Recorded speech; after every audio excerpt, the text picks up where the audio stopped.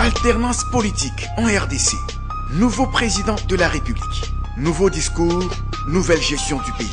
Comprendre les discours du président Félix Tshisekedi, Congo Web organise de ce lundi 28 janvier des plateaux spéciaux avec des spécialistes pour analyser et expliquer cette thématique du discours du président de la République. Édition spéciale sur les discours du président Félix Tshisekedi. Rendez-vous à ne pas manquer sur Congo Web. Madame, Monsieur, bonsoir. Vous le savez, Félix Tshisekedi a pris ses fonctions il y a 5 jours. Le président de la République a prononcé son discours d'investiture le 24 janvier dernier. Que dit exactement ce discours? Nous allons analyser ces discours séquence par séquence. Retenez ce rendez-vous désormais avec ce plateau spécial sur les discours du président de la République. Mais aujourd'hui, nous allons aborder deux aspects économiques de ces discours. Est-ce que ce discours était convaincant? Était-il séduisant? Est-ce que Félix Tshisekedi a donné une orientation assez claire pour permettre aux Congolais de pouvoir enfin obtenir ce qu'ils ont toujours cherché? Nous allons analyser cette question avec M. Al Kitenge. Bonsoir. Bonsoir, cher ami. Monsieur Al Kitenge, vous êtes stratège, innovateur social. Vous êtes également analyste économique. C'est exact. Vous allez bien? Je me porte Merci, nous sommes heureux de vous avoir sur ce plateau spécial de Congo Web par rapport à ces discours du chef de l'État. Première question, comment avez-vous trouvé ces discours de manière générale? C'est un discours de politique générale, c'est un discours généralement protocolaire où les chefs d'État donnent en grande partie les lignes maîtresses de leur vision. En fait, ils disent généralement aux populations ce que celles-ci voulaient entendre. Ce que celles-ci voulaient entendre. Est-ce que dans ces discours, des discours pareils, il y a des gens qui ont critiqué ces discours qui n'étaient pas assez bien structurés, il y avait des hommages qui entrecoupaient parfois des idées. Bon, c'est des bonnes guerres en politique, peut-être parce que les détracteurs de Félix Tshisekedi voulaient bien le faire. Mais les problèmes du Congo semblent être essentiellement économiques. Essentiellement économiques, au-delà des considérations politiques. Lorsqu'on parle du social, on voit l'économie, ainsi de suite. Est-ce que vous avez l'idée qu'au regard de votre œil d'économiste, d'analyse économique, vous avez un peu l'impression que Félix Tshisekedi a été convaincant, si pas séduisant? Je pense que le président de la République a aujourd'hui deux avantages. Le premier, c'est la cohérence entre ses discours pendant la campagne et le discours qu'il donne à la nation. Mais le deuxième, c'est qu'il a en face de lui une demande citoyenne fortement exprimée. Vous avez entendu ces jeunes gens qui lui ont chanté la belle chanson qui lui rappelait le serment de son père. Le peuple d'abord. Oui, bien sûr. Et donc, il sait très bien qu'il n'a pas le choix. Et peut-être bien, contrairement à son prédécesseur, il a là une pression directe sur lui en tant que personne par rapport aux résultats qu'il est censé donner. La demande citoyenne est directe et elle est exprimée. Donc, il ne peut pas s'évader. Il ne peut pas s'en sortir autrement qu'en livrant du résultat. Il est important qu'il comprenne que... Son prédécesseur avait également la même pression. Non. La mobilisation du PPRD n'est pas la même que celle de l'UDPS. L'UDPS est un parti où les militants sont indépendants, ils ont une personnalité collective et ils peuvent exprimer de manière assez claire à l'époque. Le PPRD était très discipliné et d'ailleurs c'était le discours des gens du PPRD, c'était sous l'impulsion du chef de l'État. En fait, l'initiative était à la tête du chef de l'État, point full stop. Et là, nous avons un autre leadership qui est un leadership bottom-up, comme on dit en anglais. Ça veut dire qu'en fait, la base dicte ce qu'il y a à faire. N'oublie pas le serment ou bien le discours de ton père. Le peuple est d'abord. Et la base donne une pression sérieuse sur la demande de gouvernance par rapport à Félix Tshisekedi. Il doit savoir qu'en tant que président, il est porté par une base populaire extrêmement dynamique et qui voudrait s'exprimer et qui ne va pas lui laisser l'opportunité de se tromper. Les gens ont longtemps espéré et ils ont malheureusement diabolisé un seul individu en pensant qu'il était le seul responsable de ce qui ne marchait pas. Ce pays est complexe et il est important que l'une des choses qu'il fasse très rapidement, c'est d'ouvrir un dialogue citoyen où la vérité est dite. Il y a beaucoup trop de mensonges autour de la gouvernance de ce pays et il est important que les gens sachent que les politiciens ne sont pas responsables de la création de la richesse. Ceux qui créent la richesse, ce sont les entreprises.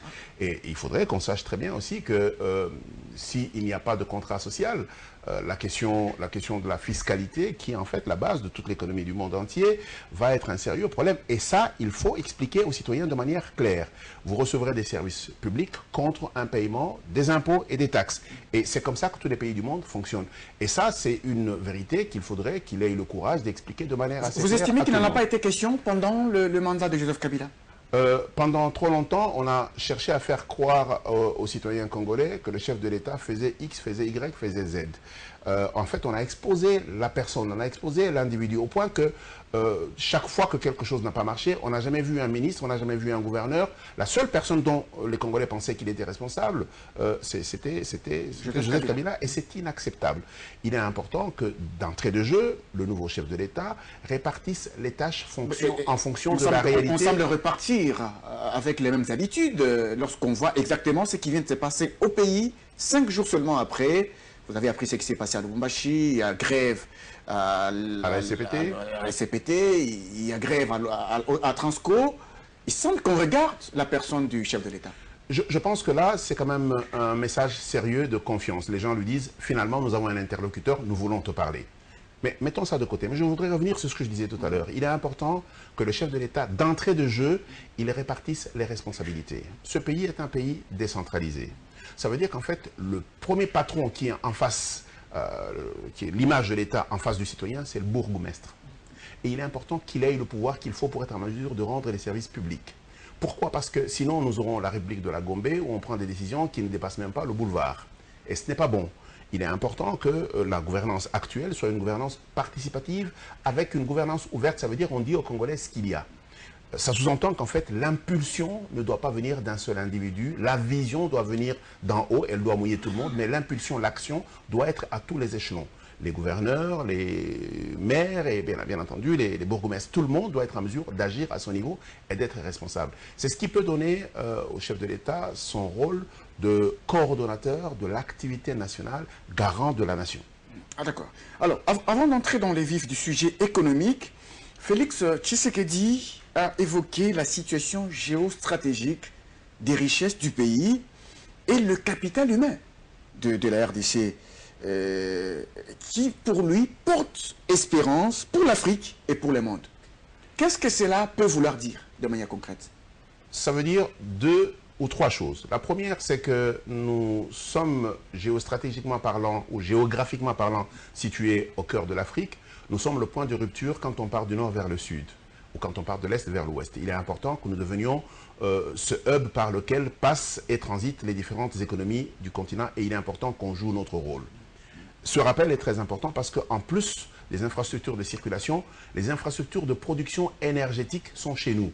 Le jour où nous allons donner de l'énergie à l'Afrique va se développer et il est important que nous nous réveillons sur ce rôle géostratégique.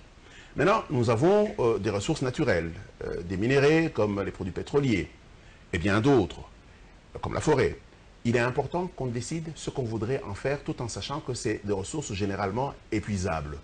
Il faudrait qu'on soit en mesure de pouvoir les convertir. Et ça, j'aime bien son point en disant, nous avons le capital humain. Quand on parle du capital humain, on a toujours tendance à dire, oui, nous avons un capital humain très jeune. Oui, mais un capital humain très jeune, illettré, ne sert absolument à rien. Il est très important qu'on se rende compte que 60% de notre population ne sait ni lire ni écrire. Et les élections viennent de le démontrer de manière assez claire, encore une fois, parce qu'on a ajouté une couche de compétences. La compétence informatique. On s'est rendu compte que la catastrophe était en face de nous. Les gens qui étaient en face des machines ne les avaient jamais vues, ne les avaient jamais touchées, ne les avaient jamais utilisées. Donc il est important de se rendre compte que la masse, c'est bien, mais la masse éduquée et formée, c'est très bien. La deuxième chose, il faut savoir que l'espérance de vie dans notre pays ne dépasse pas les 55 ans. Ça veut dire qu'en fait, nous avons un sérieux problème de rentabilité de l'être humain.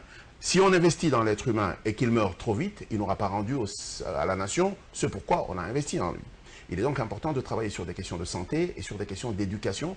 Et ça, c'est une vision sur 15 ans. 15 ans. Et quelqu'un comme le président de la République... Sur 15 ans, Pendant que la mandature est de 5 ans. Minimum, j'insiste, minimum 15 ans, et j'insiste, et je voudrais expliquer, il a le choix entre être un excellent homme politique, ça veut dire qu'en fait il travaille pour les prochaines élections, et tout le monde va voir ce qu'il a fait pour qu'il soit réélu, Un homme d'État. ou alors devenir un véritable homme d'État qui lui pense à la progéniture, à l'avenir, à l'héritage. Il doit arbitrer entre les deux, il doit faire des choses extrêmement sensibles pour transformer la vie des gens rapidement, pour qu'ils créent l'espoir, mais il doit également poser les bases d'un développement durable. Je le dis de manière assez claire parce que... ça c'est les choix, mais à ce moment-là, que fait-il de la pression dont vous avez parlé tout à l'heure? C'est un mixte. C'est un mix dans la vérité. Il faut être en mesure de communiquer avec la population et lui dire ce qu'il est nécessaire de faire. Ce qui est beau peut être bien, mais ce qui est nécessaire est toujours très important, mais il faut expliquer.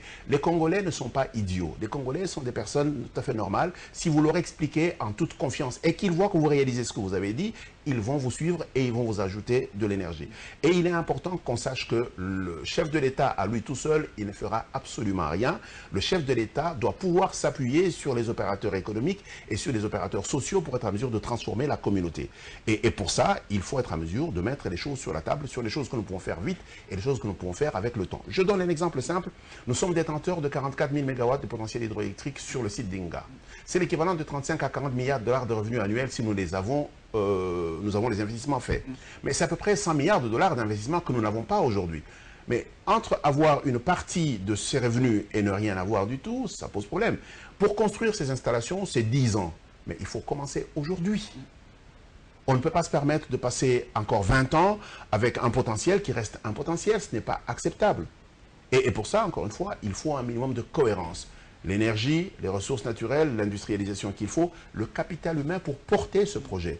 Et pour ça, il faut être en mesure de parler avec les gens. Justement, c'est ce qu'il a dit lorsqu'il a parlé des 80 millions d'habitants, des diverses et innombrables ressources naturelles, le bassin hydroélectrique qui est riche, la forêt équatoriale dense, il a parlé également de tout ça. Mais une chose est d'énumérer ces potentialités naturelles, une autre est de les exploiter.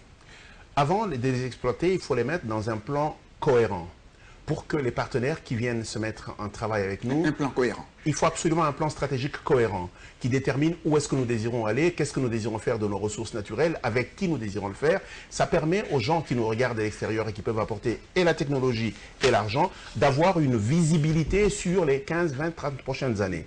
Vous savez, la nature de l'économie congolaise est essentiellement le commerce. Pourquoi? Parce que personne n'a une visibilité sur les 5 prochaines années. Alors les gens viennent nous vendre des choses et partir.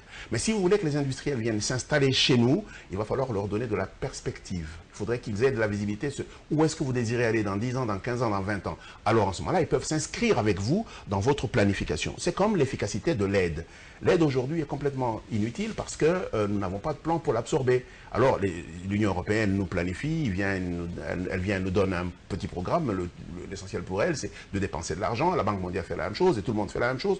Et on est étonné de se rendre compte que 60 années presque après l'indépendance, nous sommes en train de reculer. Mais encore une fois, ça simplement parce que nous n'avons pas une planification. Et si nous n'avons pas de planification, il est difficile d'accumuler des résultats. Vous avez parlé tout à l'heure de 100 milliards d'investissements pour Inga. Pour Inga, par exemple. Pour les 44 000 milliards. Pour 100 milliards. Ouais.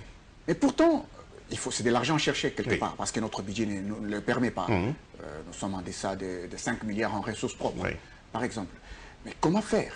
Il faut chercher, tendre la main. C'est très simple. Ce pays a fait un choix stratégique, celui de la libéralisation du secteur de l'électricité. Et en fait, la seule chose qu'il faut faire, c'est de faire un appel d'offres international. Nous allons avoir certainement une entreprise mixte qui sera faite de l'apport de la République démocratique du Congo et des partenaires qui sont des partenaires techniques et des partenaires financiers. C'est aussi simple que ça. Pour vous donner des illustrations simples, il y a des pays entiers qui n'ont même pas une seule société qui produit de l'électricité. Toute l'électricité qui est vendue en Belgique vient de la France. Et il y a plein de cas comme ça, il y en a plusieurs. Et dans notre loi, aujourd'hui, il est prévu que celui qui produit de l'énergie peut être une ou plusieurs entreprises.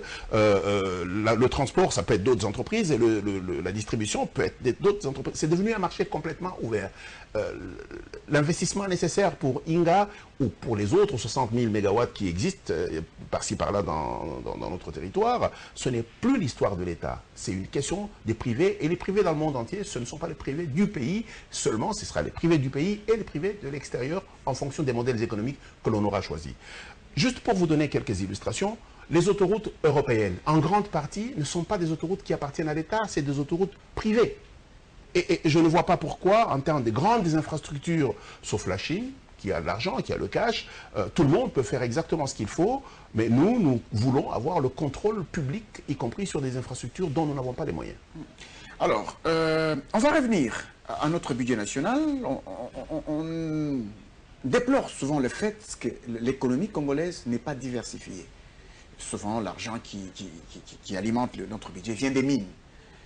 Comment arriver à diversifier cette économie lorsque les mines ne donnent pas assez au budget? On a tendance à dire ça et c'est faux. Les mines donnent de manière majoritaire les réserves de change, les recettes en devises. Mais en termes de contribution au budget de l'État, en termes de contribution à l'économie nationale, les mines sont marginales. Et ça, je ne sais pas pourquoi on a cette tendance à penser que c'était vrai. Deuxième chose, les mines sont épuisables. Et donc, vous ne pouvez pas baser toute votre stratégie sur les mines. Aujourd'hui, quand on parle de diversification, j'ai envie de dire qu'il y a deux types de diversification. La première diversification, elle est horizontale, ça veut dire géographique. Il est important que nous ayons une impulsion économique de par toutes les provinces. Aujourd'hui, il n'y en a que 3 qui produisent et tout le pays qui consomme. C'est pour ça qu'il y a des frustrations. Il est important qu'on donne les moyens aux autres provinces de contribuer à l'économie nationale. Deuxième chose, c'est ce qu'on appelle la diversification verticale. Donc, il faudrait que nous ayons des secteurs différents qui puissent être en mesure de contribuer à la production économique du pays. Et on a plusieurs secteurs comme le tourisme qui est complètement inépuisable, comme l'économie climatique aujourd'hui, tout ce qui est comme forêt et réserve naturelle. Il y a l'agriculture et toute l'agro-industrie, toute la chaîne alimentaire, il y a la distribution, il y a les services, il y a la recherche, il y a la science, et tout ça, c'est des secteurs économiques qui se vendent. Laissez-moi vous donner juste une illustration simple que tout le monde cite, c'est le Japon. Ils ne produisent rien pour manger. Eux, ils produisent l'intelligence, ils ont Sony, ils ont Hitachi, ils ont toutes ces grandes sociétés japonaises, ils ont Toyota qui font leur argent, qui font leurs revenus. Et donc, nous devons être en mesure de savoir qu'est-ce que nous avons comme avantage comparatif et comment nous utilisons pour être en mesure de sortir et évoluer. Et pour ça, il est important que nous créions une stratégie nationale qui détermine qu'est-ce que nous avons comme avantage et comment nous l'utilisons pour être en mesure de pouvoir progresser de manière non seulement limitée dans le temps, ça veut dire les 5 ans d'une mandature, mais d'une manière durable. Je pense que la grandeur d'un chef d'État, c'est l'héritage qu'il laisse quand il part et la capacité à pouvoir faire fonctionner cela dans le temps. Mais là, il y a de l'argent à chercher à ce niveau-là. Vous avez parlé de ces deux types de diversification de l'économie. Il faut aussi des investissements, rassurer les investisseurs au travers du climat des affaires. Je déteste beaucoup ce mot climat des affaires. Je préfère parler de la compétitivité de la nation et de son attractivité. Qu'est-ce qui détermine la compétitivité d'une nation? 1, ce sont les infrastructures de mobilité. 2, c'est la qualité de son personnel. Okay? Et 3, l'organisation du pays. Et pour ça, j'invite le chef de l'État à moderniser le fonctionnement de l'État. Ça veut dire comment nous rendons service aux citoyens et comment nous rendons service aux entreprises. Il y a 2 choses extrêmement importantes qu'il faut faire. L'une, c'est la modernisation par les technologies. Ça nous permet de gagner les différentes distances que nous ne pouvons pas gagner avec les infrastructures physiques. Et c'est rapide à mettre en place. 2, c'est la gouvernance intègre. Pendant la campagne, je l'ai entendu lui et les 2 autres parler de manière radicale de la lutte contre la corruption. J'ai envie de lui dire, ne lutte pas contre la corruption, c'est une bataille perdue d'avance. Il faut éradiquer la corruption. Ça fait 60 ans qu'on lutte contre la corruption et la corruption est toujours là. Et les outils que l'on a développés... C'est quoi la nuance entre lutter et éradiquer? Quand on lutte, ça veut dire qu'en fait, on considère que ça sera toujours là. On fait reculer un petit peu en avant, un peu en arrière. Et quand on éradique, ça veut dire qu'on dit non et on tourne le dos.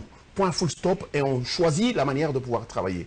Vous savez, tout le monde a prouvé de manière assez claire que les pays qui avancent le plus vite sont ceux qui ont un indice de corruption le plus faible possible. C'est les pays comme les pays scandinaves, comme la Suède, comme le Danemark et autres, qui sont les pays où la qualité de vie est la meilleure, parce que les gens se font confiance. Vous savez, la plus grande partie des décisions qui ne se prennent pas chez nous, elles ne se prennent pas parce qu'on doit être en mesure de convaincre tout le monde. Le temps de convaincre tout le monde, il y a toujours quelqu'un pour être en mesure d'émettre le doute, simplement parce que les gens ne se font pas confiance. Et il est important qu'on rétablisse ce logiciel de confiance entre les peuples pour permettre de laisser la liberté aux dirigeants de pouvoir nous engager. Et pour ça, ça demande une surveillance citoyenne. Il semble que c'est une grosse épine, hein, parce qu'il a trouvé un système qui a existé dans cette éradication, pour ne plus prendre le mot lutte contre la corruption. Il y a quand même un système qui existe depuis plusieurs années. Aujourd'hui, le plus important, ce n'est pas le système, c'est les citoyens qui ont récupéré leur pouvoir et qui exigent. Vous savez, si votre oncle est un voleur et que vous lui dites qu'il est bon parce qu'il ramène de l'argent à la maison, il va continuer à le faire. Mais si votre oncle, même s'il est votre oncle et qu'il a volé et que vous lui dites que ce n'est pas acceptable et que toute la communauté dit non, la prochaine fois, avant de poser un acte comme ça, il va se rendre compte qu'il y a quelque chose qui ne marche pas. Si vous voulez mon point de vue, il ne faut pas espérer de ceux qui profitent de la corruption de pouvoir la démanteler. Ceux qui peuvent démanteler la corruption, c'est ceux qui en sont les victimes. Ça veut dire la population. Il est important que la population se rende compte que ce qui nous appartient, personne n'a le droit d'y mettre la main. Et il est important qu'on soit en mesure de dénoncer les gens quand ils se conduisent d'une manière complètement inacceptable. Et c'est pour ça que la participation citoyenne est très importante dans la surveillance de la gouvernance. Très bien. J'aurais voulu poser une question, mais je vais revenir. On va parler de l'industrie automobile. Le président de la République a parlé du problème de l'industrie automobile avec la production mondiale de la voiture électrique. Mais il s'est réjoui du fait que la RDC détient la réserve, 60% de réserve mondiale de cobalt qui sert à fabriquer la batterie. Est-ce que ce n'est pas pour cette raison, principalement, que la RDC est convoitée par les multinationales? Je pense que c'est une très bonne chose que la RDC soit convoitée par toutes les sociétés du monde. C'est une opportunité pour nous. Maintenant, si nous avons un plan pour travailler avec les multinationales et ceux qui recherchent les matières premières chez nous, nous aurons donc le logiciel, le commandement et nous aurons donc le leadership. Si malheureusement nous n'avons pas un plan pour ça, nous allons subir ce que nous avons subi jusqu'à présent. Ça veut dire qu'en fait, les gens vont essayer de se servir dans la basse-cour et c'est ce qui nous apporte des problèmes aujourd'hui. Donc il est important, conscient de ce potentiel, que nous sachions comment nous l'apportons sur la place internationale. Et je pense que l'une des choses que nous devrions être en mesure de faire, c'est de nous doter d'une industrie qui puisse être en mesure de transformer ces matières premières jusqu'au niveau le plus avancé pour que nous soyons en mesure de faire de la valeur ajoutée localement. Mais encore une fois, nous n'avons pas la technologie, nous n'avons pas l'argent. Donc il est important que nous soyons en mesure de prendre le leadership pour aller parler avec ceux qui ont la technologie et qui ont l'argent pour que nous soyons en mesure d'avoir des programmes ici. Il n'est pas acceptable que le Rwanda ait une industrie de transformation du coltan alors que le coltan se trouve chez nous. Donc s'ils le font, c'est parce que nous ne l'avons pas fait avant. Donc on ne peut pas se plaindre du Rwanda, nous devons nous plaindre de nous-mêmes. Mais je voudrais regarder l'autre aspect de la voiture électrique. Vous savez, nous ne sommes pas producteurs nets de produits pétroliers, nous sommes importateurs nets. Ça sous-entend qu'en fait, nous, en tant que pays, nous devrions être un pays foncièrement électrique. Nous devrions être le premier pays consommateur d'énergie électrique produite localement et éviter d'importer les produits pétroliers parce que quand on importe les produits pétroliers, nous envoyons des devises à l'extérieur. Stratégiquement parlant, c'est deux paliers. Le premier palier, c'est de pousser le plus possible à l'utilisation des produits électriques chez nous, démontrer aux grands investisseurs que le marché intérieur de chez nous déjà est grand consommateur, venez produire localement. Et donc nous avons là un élément d'attractivité. Et il est important pour nous qu'on se rende bien compte que nous ne sommes pas une réserve de matières premières. Nous sommes un pays en transformation. Nous devons être en mesure de donner le meilleur possible que nous puissions être en mesure d'avoir chez nous. Pour venir à ce que je disais, c'est que nous sommes en train d'aller vers les voitures électriques. Ce n'est que les voitures électriques. Après, il faudra le train électrique. Après, il faudra que les autres viennent. Il est important de savoir que nous devrions être en mesure de préparer le personnel pour y travailler. Parce que c'est une grande migration qu'on est en train de faire. C'est une migration stratégique. Ça revient à ce que je vous disais tout à l'heure. Un président est là pour 5 ans x 2, maximum, ça fait 10 ans. Mais il doit être en mesure, parce que c'est un homme d'État, de pouvoir planifier sur le long terme. Et pour récupérer, je vous le disais de manière assez claire, le gap qu'il y a dans le stock de capital humain de qualité, on a besoin de 15 ans. Il est donc important que la santé et l'éducation reviennent au centre de tout le développement. Sinon, nous allons créer un développement qui ne sera pas porté par la progéniture. Est-ce que vous trouvez que c'est un peu facile, ce que vous avez relevé tout à l'heure par rapport à la voiture électrique, pour avoir cette valeur ajoutée, justement, mais il semble qu'il y a cette guerre liée d'abord au niveau de la production, avec les royalties qui ont tellement augmenté. Il semble que c'est par rapport à ça qu'on a fait la guerre au président Joseph Kabila, parce que le code minier a été pratiquement modifié. Est-ce que ce dialogue pourrait être facile avec le nouveau président? Le monde est fait d'intérêt. Et 100% de zéro, c'est zéro. Ça veut dire qu'en fait, en même temps que vous gagnez, il faudrait que les autres gagnent aussi.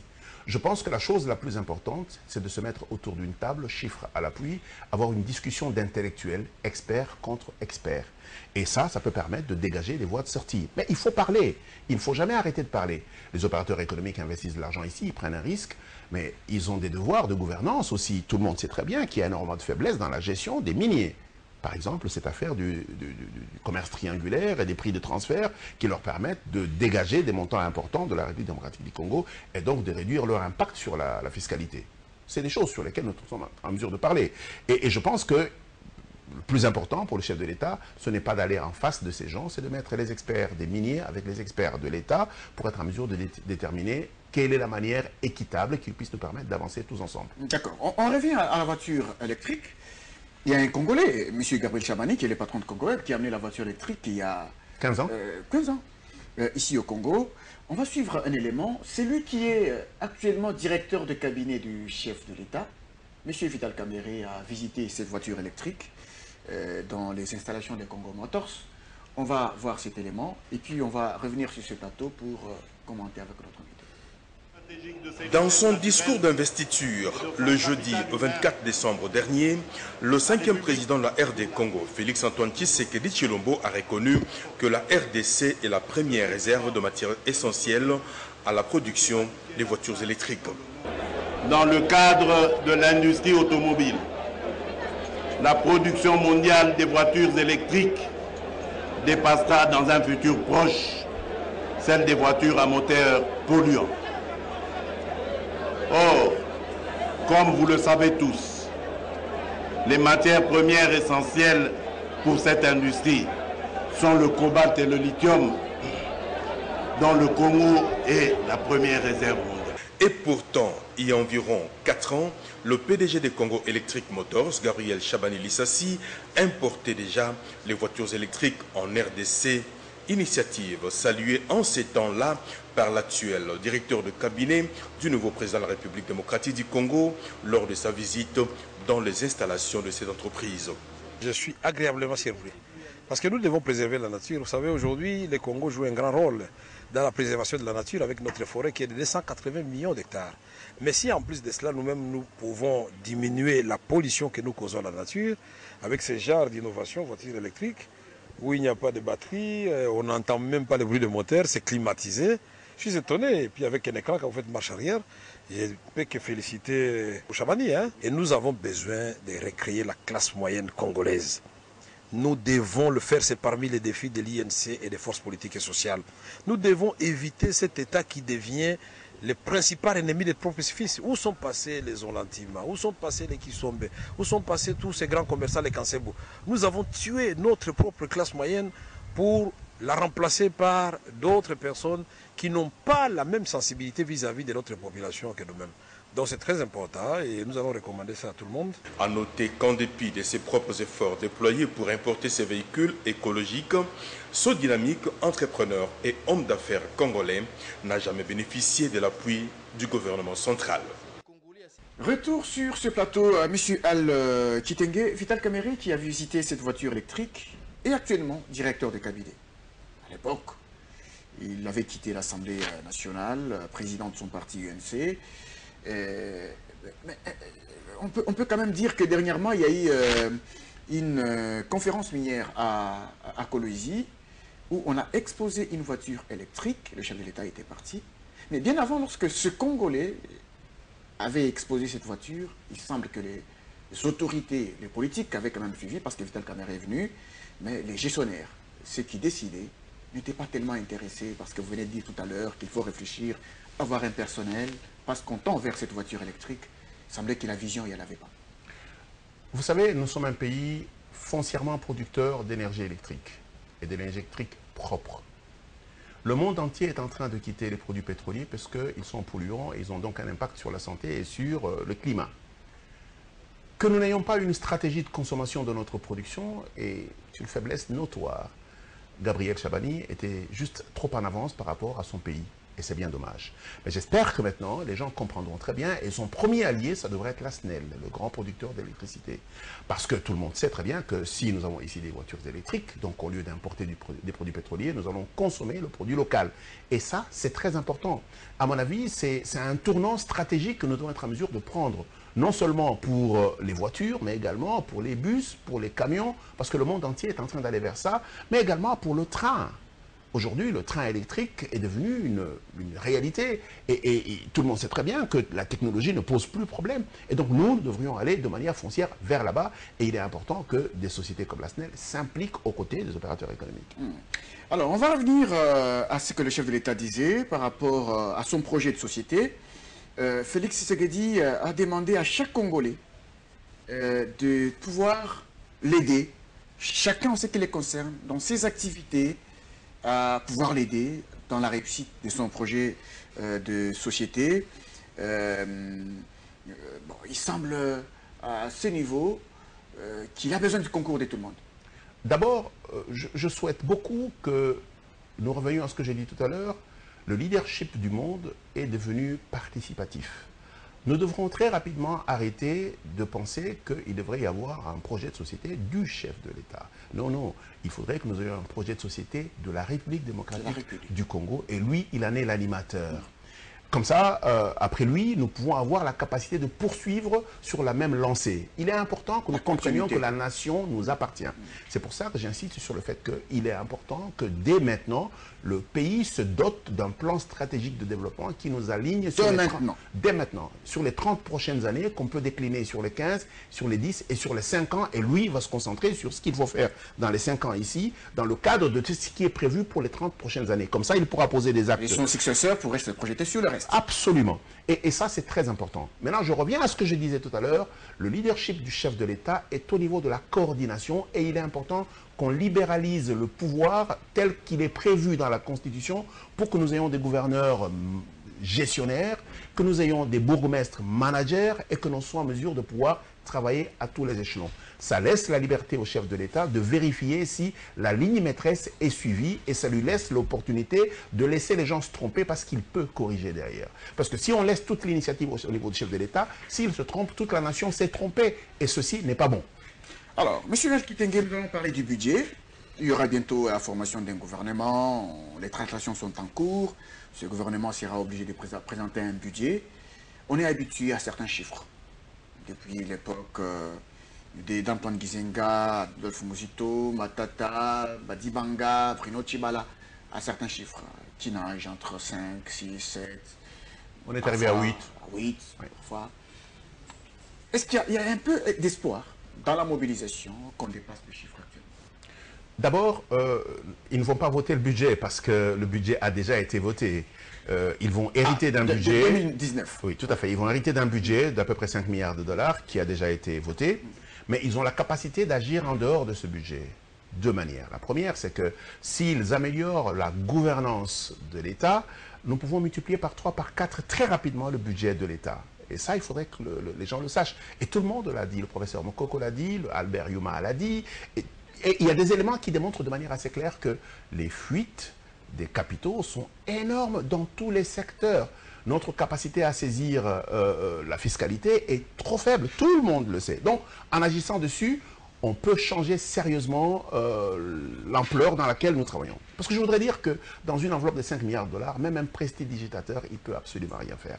Mais je voudrais insister. Ça pourrait dépasser les prévisions. Largement. Et c'est pour ça qu'on a ce qu'on appelle les révisions budgétaires trimestrielles. Et on pourra être en mesure de regarder, avec les nouveaux outils, comment on avance. Deuxième chose, il faut qu'on se décomplexe vis-à-vis de l'emprunt. Il faut qu'on s'endette. Mais pour s'endetter, on ne s'endette pas pour consommer, on s'endette pour investir.